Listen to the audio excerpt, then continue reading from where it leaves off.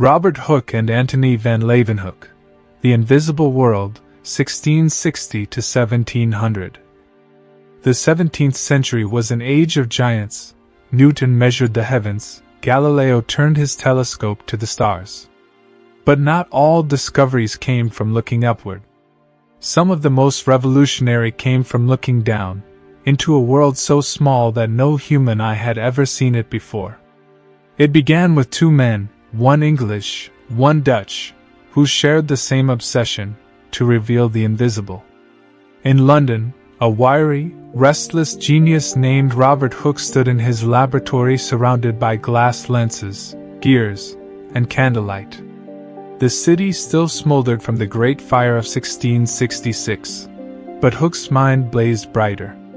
He was a man of endless curiosity, architect, inventor, astronomer, biologist, and physicist all at once.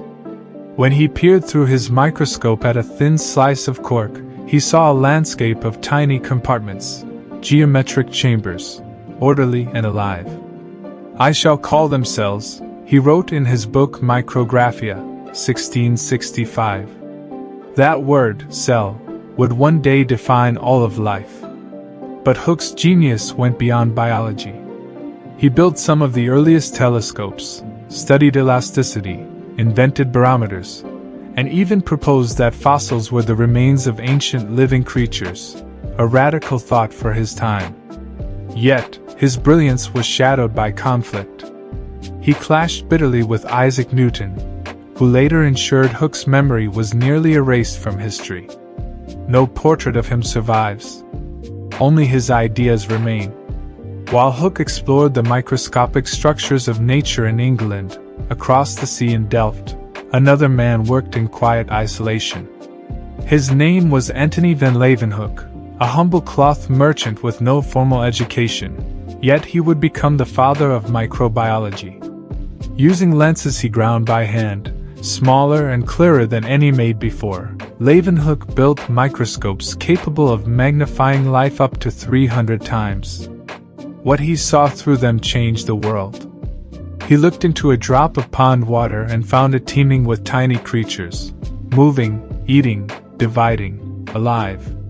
He called them animalcules. These invisible beings existed everywhere, in water, in food, in our own bodies. For the first time in history, humanity realized that the world was alive in ways it could not see. Leeuwenhoek sent his observations to the Royal Society of London, describing bacteria, protozoa, and sperm cells with astonishing precision. Many scientists doubted him at first. Could a tradesman see what no scholar had ever seen?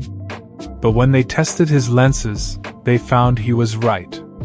Hooke and Leeuwenhoek never met, yet their visions merged. One gave the world the structure of life, the other revealed its motion.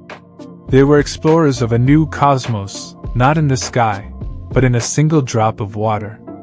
Their microscopes opened the gateway to modern biology, medicine, and genetics, sciences that would one day map the human genome and fight the diseases of the invisible world they first uncovered. By the dawn of the 18th century, the universe had been split open, the vast and the microscopic, the infinite and the intimate.